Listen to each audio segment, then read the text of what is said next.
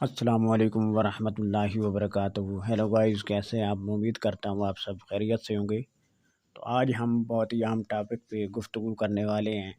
وہ ہے کہ بانجھ پن کا خاتمہ کیسے کریں، ٹیسٹوسٹرون کی سطح کو کیسے بڑھائیں، جو جلد فارغ ہو جاتے ہیں وہ فارغ ہونے سے کیسے بچایا جا سکے۔ اس کے علاوہ جو ہے جو اس کو شہوت بہت کام آتی ہے یا فوری انزال ہو جاتا ہے، یا بہت سے لوگ جو ہے جن میں جراثیم کی بہت زیادہ کمی ہوتی ہے، وہ کمی پوری کیسے کرنی چاہیے۔ تو آج میں آپ کو ایک کیپسول بتانے جا رہا ہوں، جو اگر اس طریقے سے آپ لیتے ہیں تو انشاءاللہ آپ کو جو مختلف قسم کی بیماریاں ہیں، جنسی بیماریاں ہیں، تولیدی بیماریاں ہیں، ان کا خاتمہ ہو سکے گا۔ تو سب سے پہلے میں آپ کو بتانا چاہتا ہوں، وہ لوگ جو غلط کاریوں کی وجہ سے ان کا جو اعلیٰ تناسل ہے وہ کمزور ہو چکا ہوتا ہے، بالکل اس میں ہیٹ نہیں ہوتی، انزال کے وقت بالکل پانی آ جاتا ہے، پانی نکل جاتا ہے اور ہیٹ وغیرہ ہوتی نہیں ہے، تو وہ شادی کرانے سے کتراتے ہیں، پریشان رہتے ہیں۔ اگر شادی ان کی ہو جاتی ہے پھر بھی وہ کوئی کام جو ہے وہ مکمل نہیں کر سکتے، جس کی وجہ سے طلاق تک نوبت آ جاتی ہے۔ اس کے علاوہ یہ ہوتا ہے کہ بہت سے لوگ جو ہے جن میں جراثیم کی بہت زیادہ کمی ہوتی ہے، ایکٹیو جراثیم جو ہوتے ہیں وہ بہت کم ہوتے ہیں، جس کی وجہ سے اولاد جو ہے وہ نہیں ہوتی ہے، یا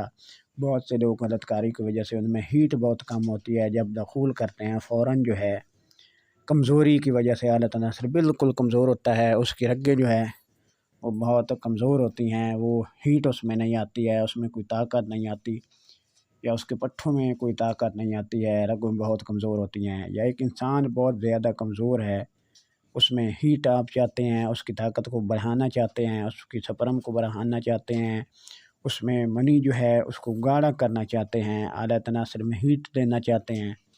اور سیکس خواہش کو بڑھانا چاہتے ہیں، ٹیسٹوسٹرون جو ہے اس کی سطح اگر آپ بڑھانا چاہتے ہیں تو، یا بہت سے لوگ جو ہے بہت جلد فارغ ہو جاتے ہیں، تو ایسی بیماری سے اگر آپ چھٹکارا حاصل کرنا چاہتے ہیں،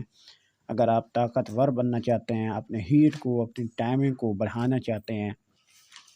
جراثیم آپ کے بہت زیادہ کم ہیں جس کی وجہ سے آپ کی اولاد جو ہے وہ نہیں ہو رہی ہے، تو بہت سے جو ڈاکٹر ہیں وہ یہ کیپسول ریکمنڈ کرتے ہیں،